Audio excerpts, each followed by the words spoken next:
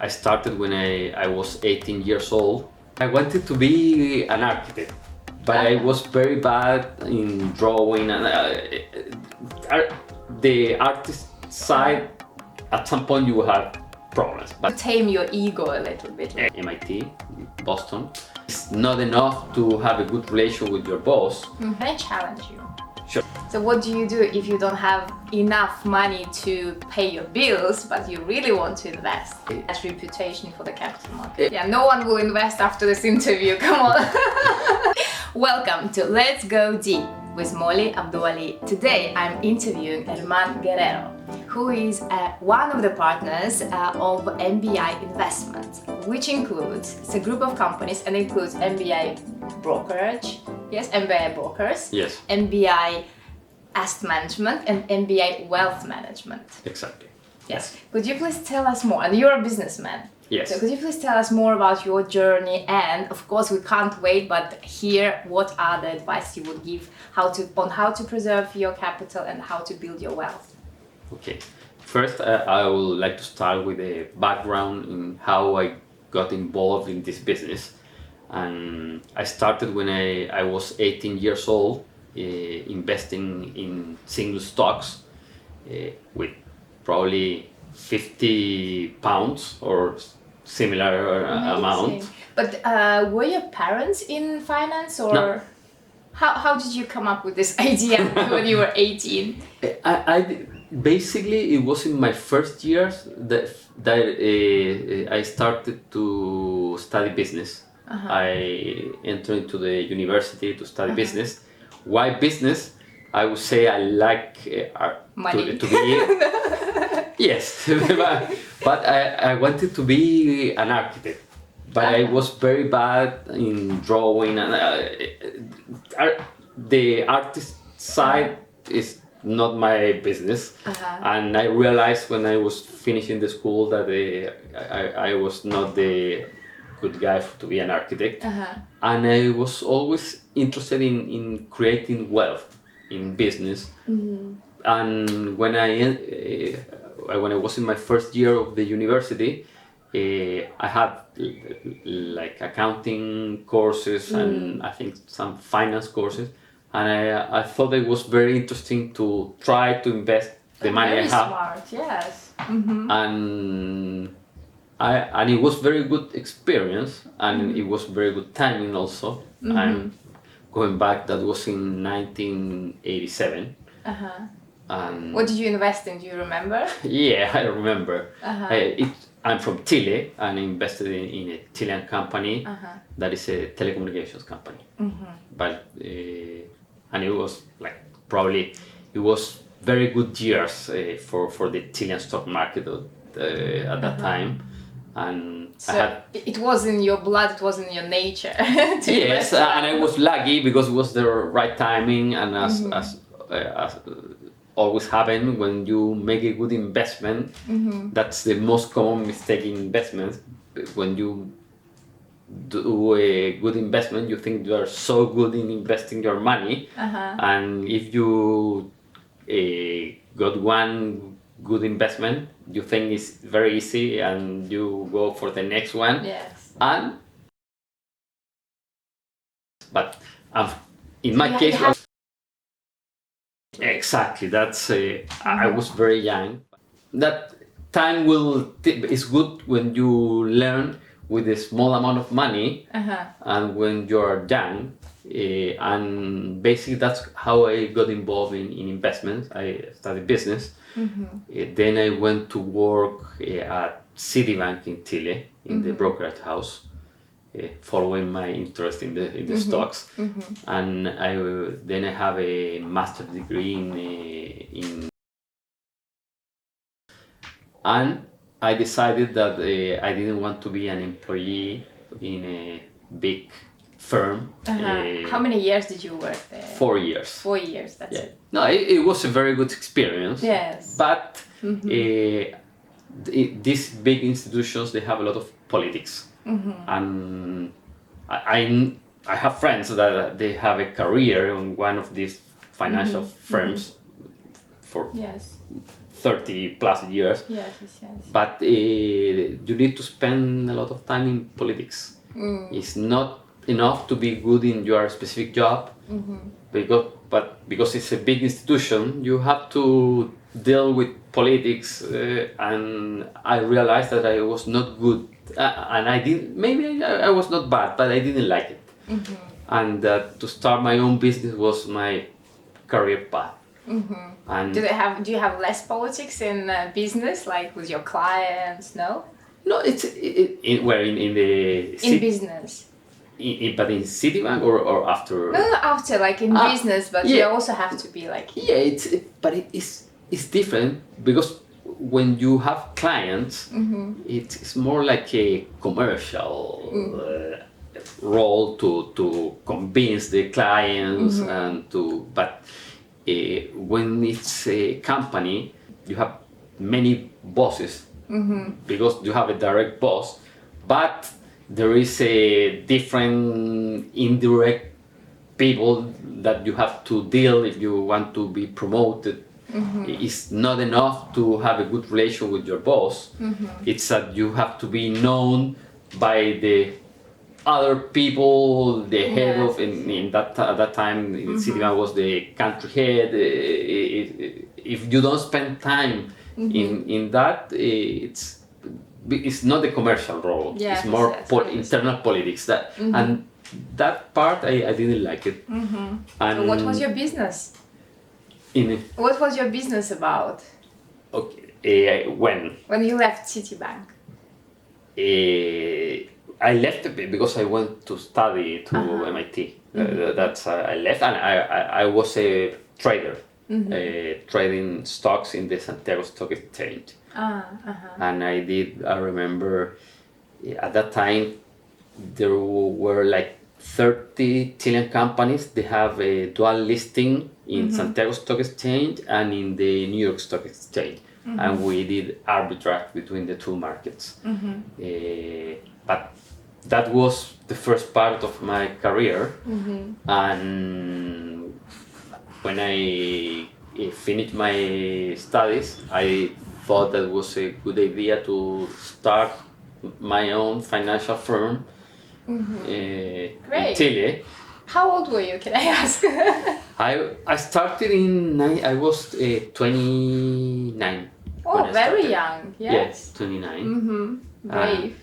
Yeah, it was at that time the Chile has a big pension fund industry, and at that time these pension funds were starting to invest in foreign markets, equities, bonds, basically buying funds, and I have a friend that we went to a business school in Chile, that we have similar interests. We knew each other because we both invested in stocks when we were in the university, and we decided that we have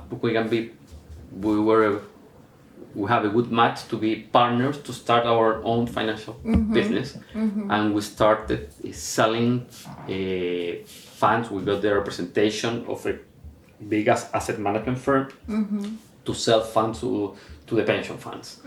That's how we started. Great. And then we added the stock brokerage.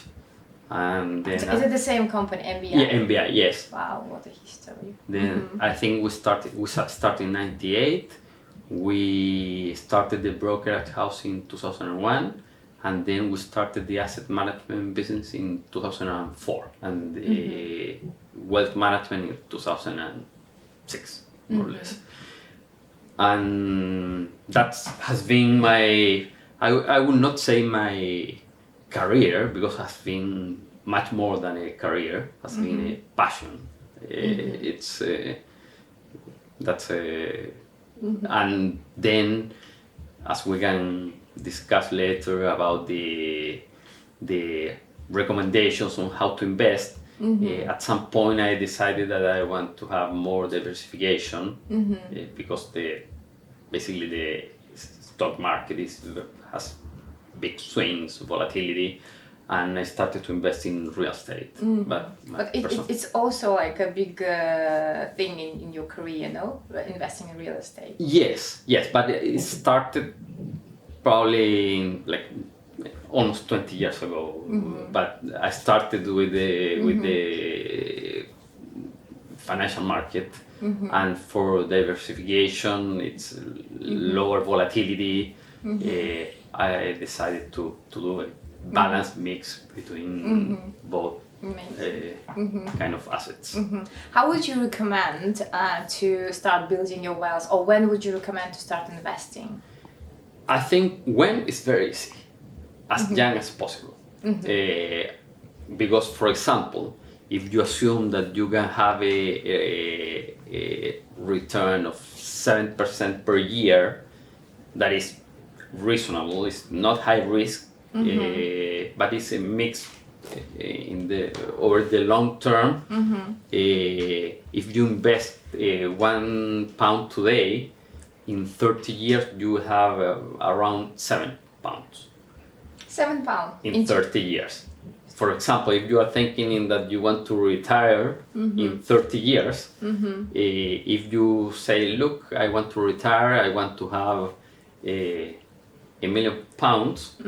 If you have today £120,000, you invest in something very diversified, moderate risk.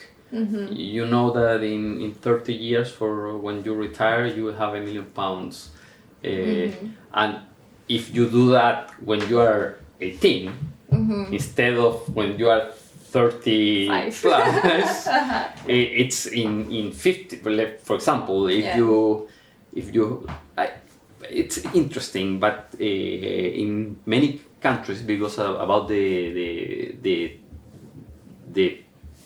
number of people, that is, the population is getting older, and this the retirement age is like long, yes, like many years. Exactly, and usually the system was that the young people was paying for the retirement of the old people, because there was a lot of young people per one old person.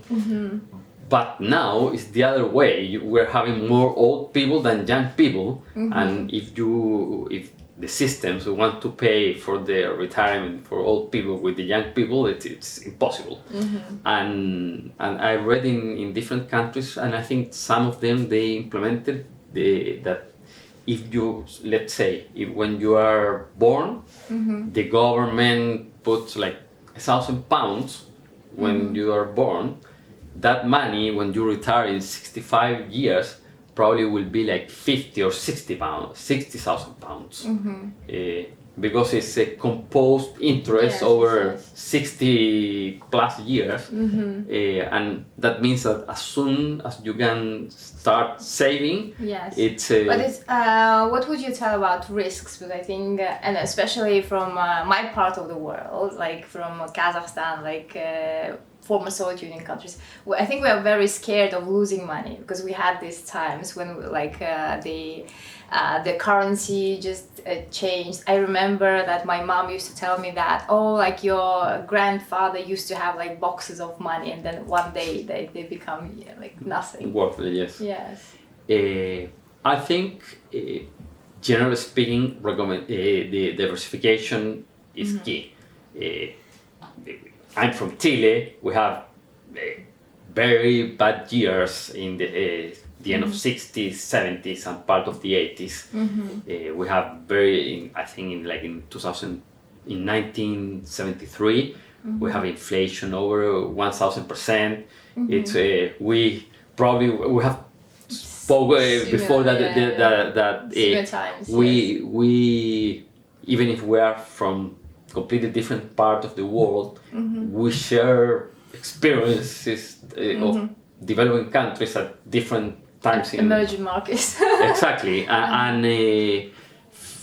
but even if you are from UK, Europe, or even the United States, we know about the past, but we don't know about the future. And I would say, if you live in any country, especially in emerging market, I will try to invest in a relevant part of your savings for the long term in US dollars or euros,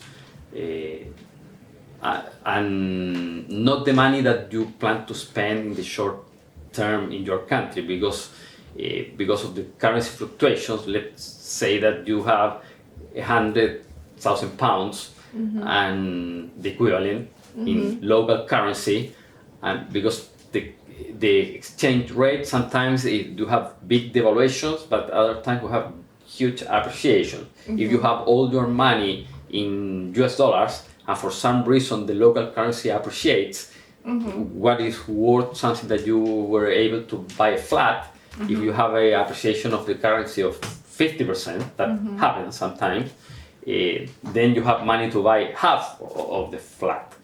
Basically, if you plan to spend the money in your country, I think even if you have these big movements, it's reasonable to have most of that money in your local currency, but in assets that are adjusted by inflation. Can I challenge you? Sure. You know, unfortunately, it's not easy that you have 100,000 pounds somewhere there, and especially with like inflation, the crisis we are seeing in the UK and everywhere in the world, you don't have 100,000 pounds. Yes. So what do you do if you don't have enough money to pay your bills, but you really want to invest? I think it's more about not preserving or building your wealth. Building, yes, a cushion of money. I would say that it's key to be very organized and strict with how you spend the money, because if you have a regular salary everywhere in the world, it's very difficult to save, and even more, people don't save. People use credit cards, has different loans, and I think the starting point is to try to avoid using the credit cards. If you see, even here in the UK, you get everyone has it. Yeah, but you can use it, but pay it at the end of the month.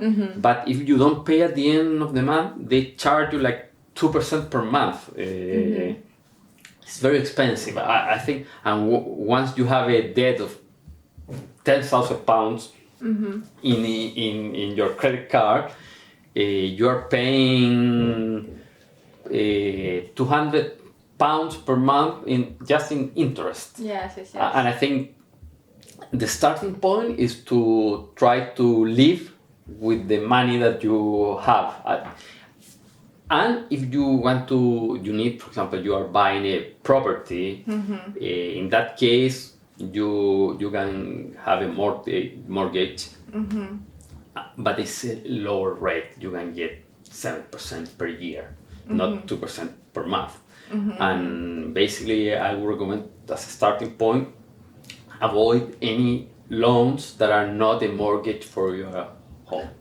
If you have an emergency, obviously, there is nothing to do, but that's the starting point. And then, if you are at a point that you are not using the credit card for, you are using it for paying at the end of the month, is to put a number that you think you can save that money. It can be 50 pounds, 10, whatever, but it's a starting point. And that if you have a salary, let's say 2,000 pounds, you know that you will save 100 pounds each month for emergencies, but you assume that instead your income, instead of being 2,000 pounds, is 1,900. And try to start from there. Yes. It's just, as you said, being more disciplined with your spending. Yes. Maybe work harder. No. Many people sometimes want to work harder, but they have family. It's sometimes if you are single, no kids, you can have a second work over the weekends. It's easier, but if you have family, they have other responsibilities. Sometimes it's and not. Sometimes people work hard enough already, but it's still difficult to. But being more accurate with your spending, and to check if it's an investment or if it's just like spending the money. Yes, because I teach my children, like, is it an investment for your like future health, like emotions, or do you want just to spend this money and then you throw it away tomorrow? They're like, oh, okay. Now they are more accurate with their spendings as well. Yeah, but that's very interesting. I have 6 children, and yes, we'll talk about it. Yeah, it's always keeps me very busy. Now they are older, but I think bigger kids, bigger problems. No. Yes, but sometimes I think if you are, I always think that the best way to educate your children is with your example. Because if you talk that it's just talk and kids, if you say something like do not overspend, and they see you every time. My daughter says, why do you need all these bags? Exactly. I'm not saying that if you have the money you can buy things, but it's they can have the feeling that even if you are spending, your concern on what you are buying is that you are not going to the most expensive street in the city, and guilty. It's that you go to a second tier place, or if you go to expensive place you don't go with them. That's a good point. Yes. But I think the example is very good. For example, when they were like around 10, 12 years old, I proposed them. I tell them the story. You know, here you have $1. In 50 years, if you save this money, this can be 100. I don't want to spend the money today. I prefer to spend it in 50 years, because with 50 I can buy a lot of things, but with $1 I can buy nothing. And what I propose them is that if they save money, I will give them, I will double the amount. If they save $10, I will give them another $10, but they cannot take that money until they were over 25 years old. Do they invest now? They started investing a very small amount. They didn't know what they were doing in the investment, but they knew that they have some savings, and they today they come to me because the youngest is 14 years old, that they have $50. I want to invest, but they know that I would put another 50, and sometimes they receive like dividends because they have some stocks, and I go say, look, you have $1 or $2 of dividend. That's nice. It's nice. Yes. Yeah, no, I remember my son asked me to invest his money when he was 8. I'm like, yeah, sure, I'll put them. But I spent them myself. It's for me it was easy to have today you can have a broker account for like $1,000 or less, $500. I think there are some brokers that they allow you to open an account with even $100, I think. But for me it was easy at that time because I have a stockbroker business. So you open accounts. The accounts for my kids. But today you can, I think if you have $100 or $200, you can open an account and start saving under their name. I'll do it today, this evening. Okay. But it's good, even if they don't, because some people is interested in business and investment, but most of the people is not interested. But I think it's it's good to have a financial education, and even if you're an artist, there is always such stories about people that was very good in different activities, but they didn't have any financial knowledge, and they lost a lot of money because they're. And here we're coming, so you can build your wealth by doing whatever you like, but you have to preserve your wealth, right? So the second part of the yes. So what would you recommend? Like, and when do you go to a wealth manager? Okay. First, when you are investing, it's very important to be aware of the risk. And it's very common that people in their social activities, they know someone that make a fortune buying bitcoins, now buying the stock of the Nvidia that was the biggest company in market cap a few days ago, but it's like 5,000% up in the last 5 years. It's crazy. But you always hear those stories that I bought Nvidia, I invest in Nasdaq, and now the person was your neighbor, had a salary of £2,000, and now is has a house in Monaco, and because he bought bitcoins, and it's kind of why I'm not doing that. Yes, it's it. But some people do. Yes, some people try to play with it, and then they lose all their money, and Exactly. they hate it, and then we have this. Exactly, it's people feels like I'm stupid because my friend invested in Bitcoin and now he has a nice flat in London, a nice house in the Mediterranean. He's a millionaire, and I did the same, but I lost most of my money. And that's people, when they are making money, they tell to everyone that they did a very good investment, but most of the people, they don't have that experience, and they don't want to look they don't want to look bad, and if they lost a lot of money, they don't say anything. But if you ask people, for example, the online brokers, many of them, they have to publish in the accounts. You have like Saxo and Interactive Brokers, they have to publish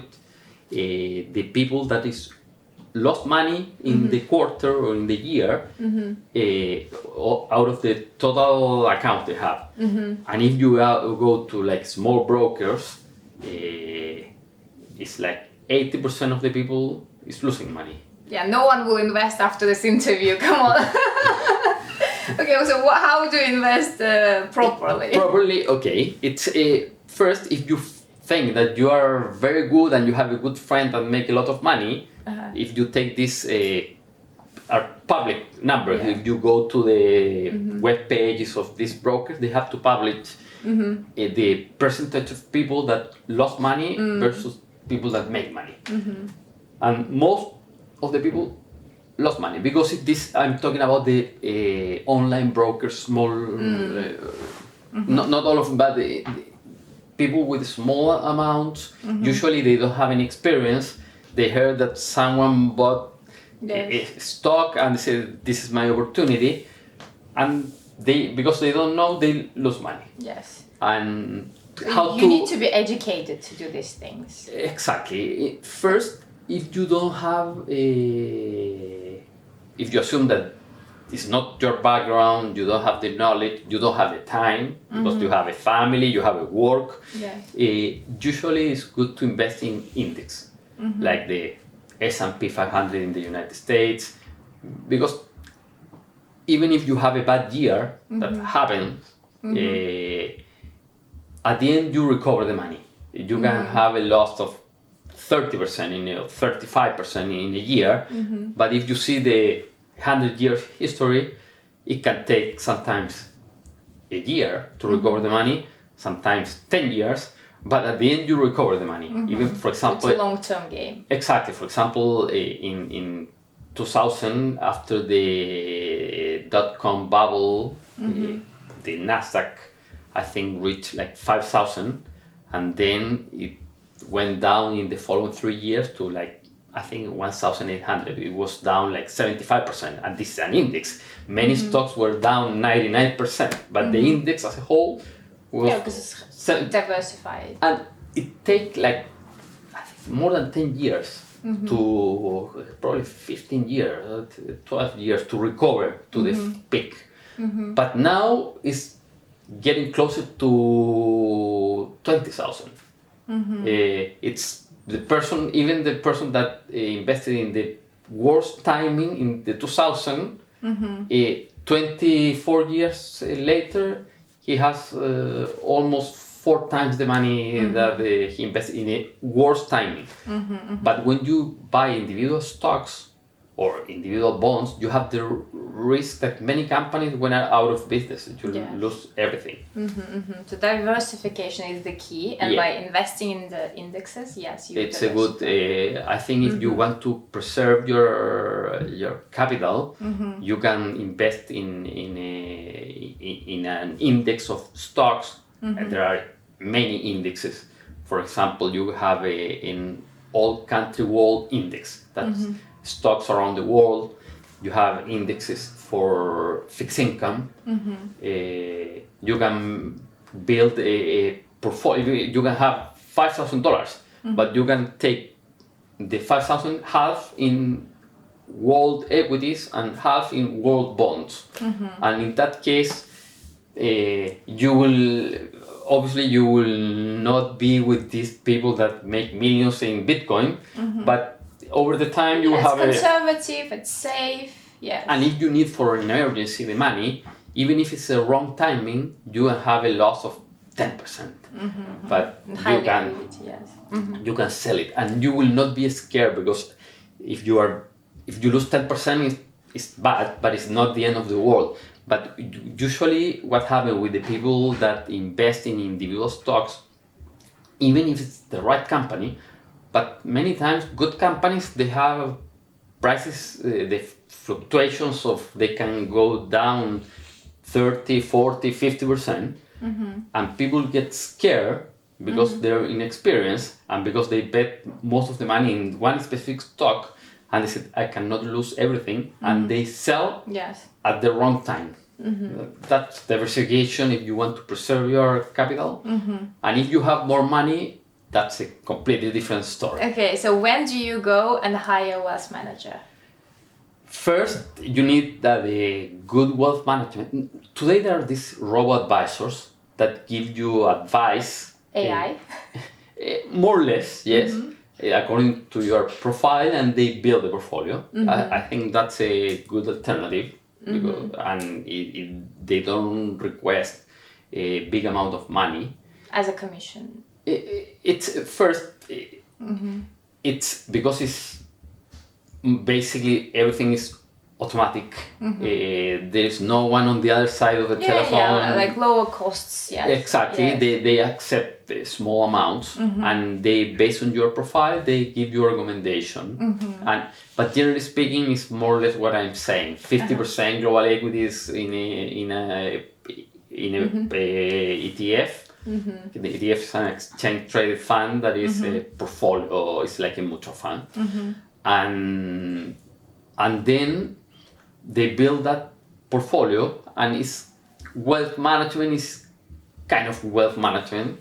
But if you want to have a full service, I would say that you need at least $500,000 pounds, more or less. It can be less than that, but even you can go to JP Morgan. Usually they require much more money, but like 20 million. No, I think less. But even if they open, if you go to JP Morgan and ask them to open an account for $100,000, and if somehow they open the account for you, you will not get a good service.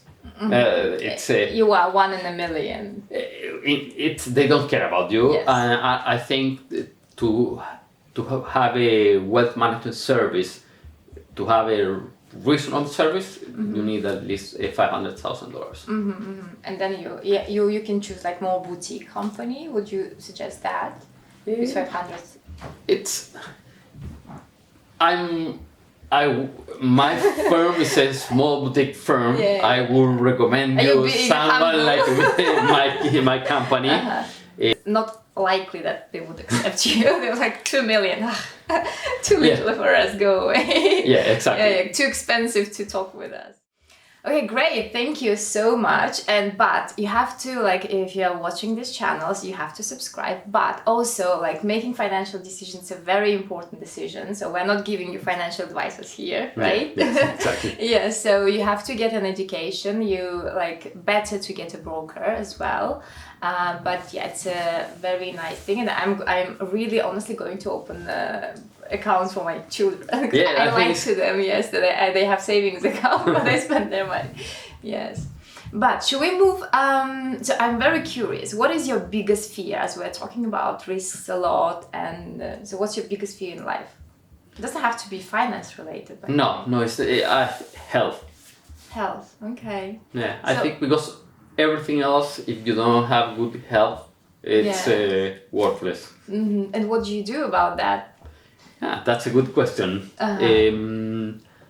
First, I'm concerned what I'm eating. Mm-hmm. I'm not vegetarian, nothing. I eat everything, but I try to eat everything, but not too much. Okay. Because when you... Talking of which, do you want some apple cider? Absolutely. Absolutely. Okay, I think I would want to have some ginger. Can I try it now? Of course, Okay. yes. So I have a little bit more energy. How do you like it? Yeah. It's strong, no? Yeah, strong. Yeah. Mm-hmm. Very tasty. Yeah. It's ginger. Super, super, super healthy. So you eat healthy. What else? Because Let's Go Deep is a channel about well-being, but because financial well-being is very important. Yes, you can't meditate. I mean, you should meditate, but you can't do many things if your finances are in a bad situation. So financial well-being is very important, but health is very important too. So how do you maintain your health? I know you like skiing. Yes, but skiing, as you imagine, you can do it a few months and a few days every year. And I try to do some exercise, but because I have my business, I have 6 children and big family. Here we go. It's usually I don't have too much time. But what I try to do every day is 15 minutes of light exercise at home. And when I have more time, I go to the gym.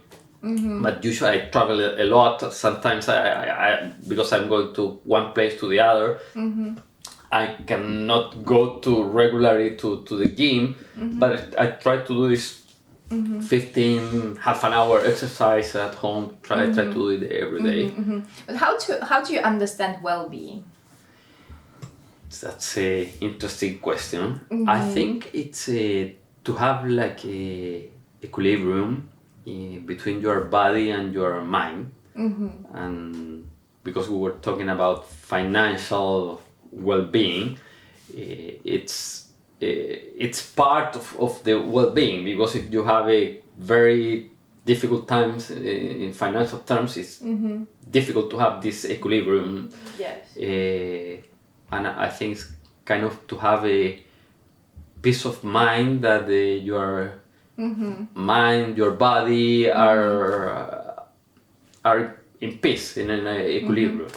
It doesn't mean that you have to be resting all the day or relaxing or doing meditation, but if you are enjoying your job, even if it's some, maybe other people may find that it's a boring job, but it's I would say that part is in your mind, because you have sometimes maybe the job is not so interesting, but the people that is with you doing the job is interesting, and it's I would say it's the mix. Spend time with your family, children, father, mother, grandma. It's I think it's part of the equilibrium of well-being. So you have 6 children. Yeah. And this is how we met, yes? Exactly. Through your daughter. Yes. We did an art One of the course. 6, yes. Yes, one of the 6. Thank you very much. So how did this play, like having big family, how this did play a role in your success? Because nowadays it's very unusual. to have 6 children. Absolutely, very unusual. Yes. Nowadays, you meet a person and they would be like, "Oh, like I don't think I'm ready yet," or like having kids is very expensive. So, what do you think about that? Okay, I think to have 6 children was not a plan. It just happened because if you ask me when I married if I was planning to have 6 children, I would say you're crazy. I must be really? sick to think about how much did you plan to have? How three. Okay. But circumstances in life, it's hard to explain, but I ended with 6. Like second half with the children were like, what? I enjoy it. It's great, but to be honest, for a regular family, in terms of financial cost of having 6 children, the emotional cost, the time required. I can see from your face that emotional cost is much higher than the financial cost. I'm lucky that I have to kill a day if you want. I'm lucky that my business went well. I didn't have financial problems, and I was able to afford to give them good education. But that's part of the story. But it's 6 human beings, and they are unique.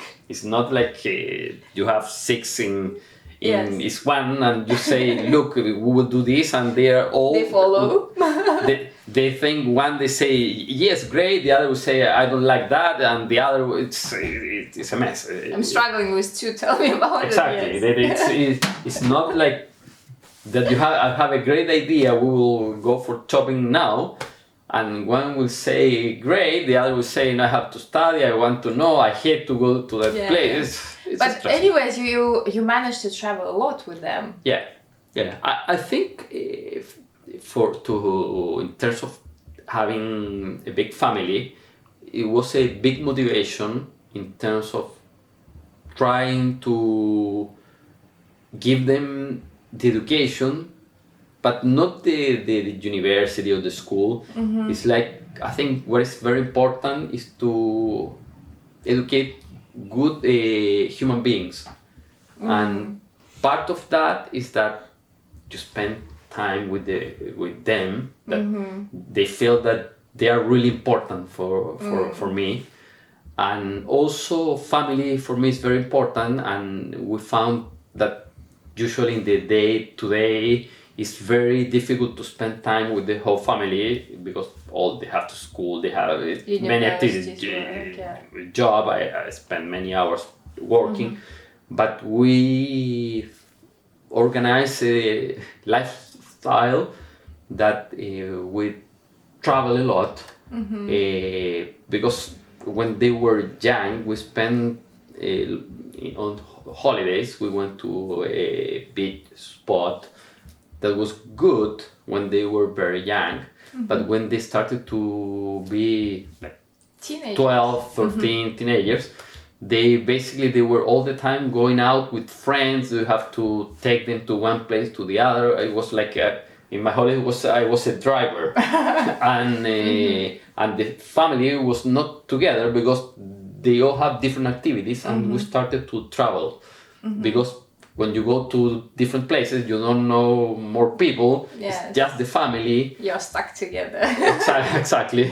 And it's easy to organize when you are.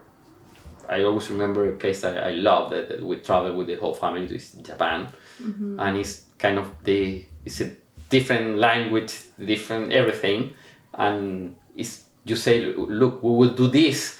It's all of them, they are quiet, saying yes, because they don't have a choice. They don't know what are the alternatives. They cannot complain. I don't know. My daughter was 7 and she was like, I didn't choose this trip to Florence. I would love to spend time in Sicily. Yeah. I have my youngest daughter, that she's 14. I remember when she was 4, we traveled to Europe in a trip that we were in Amsterdam, part of Germany,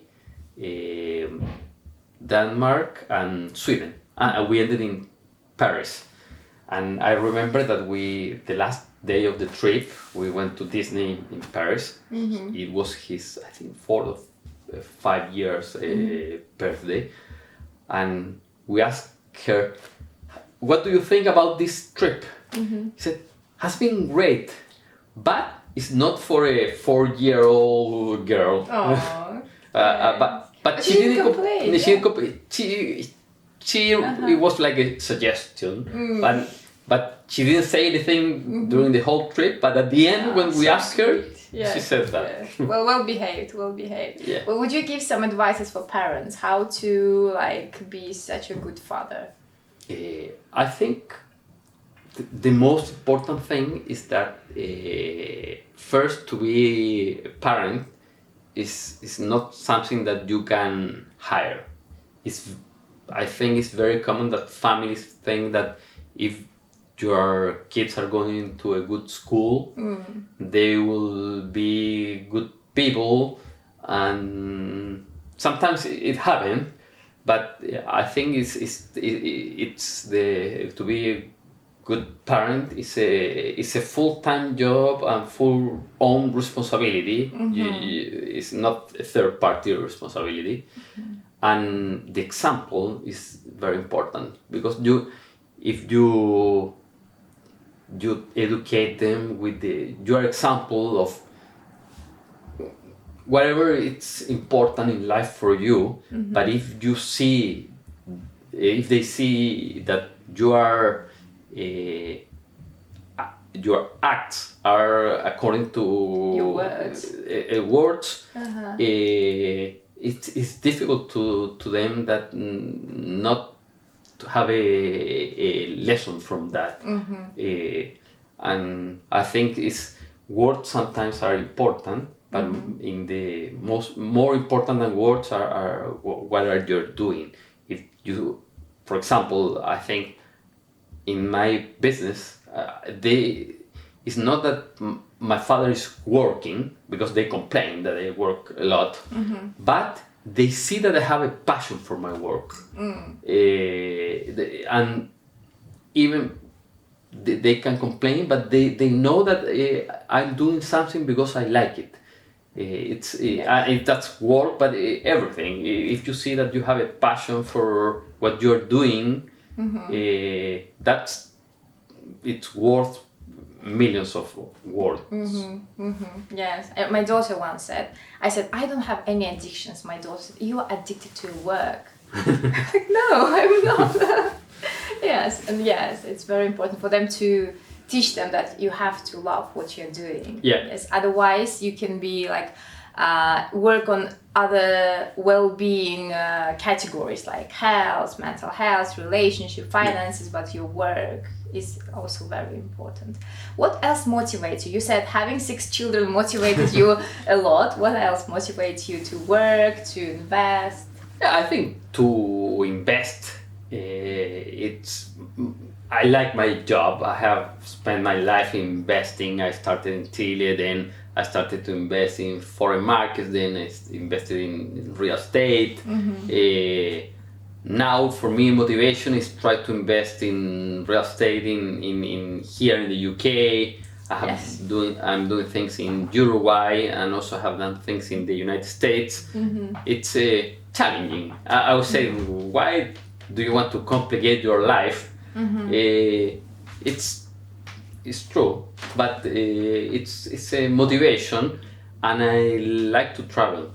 I try to travel anytime that is possible, because it gives you energy and a flavor to your life, to be in a different environment, meet different people, different cultures. It's interesting, and I like to travel with my children, because I think I have been with them in Southeast Asia, Australia, Japan, South America, most of Europe, even in Africa, in South Africa. But I think for them, that experience to be around the world, it's very.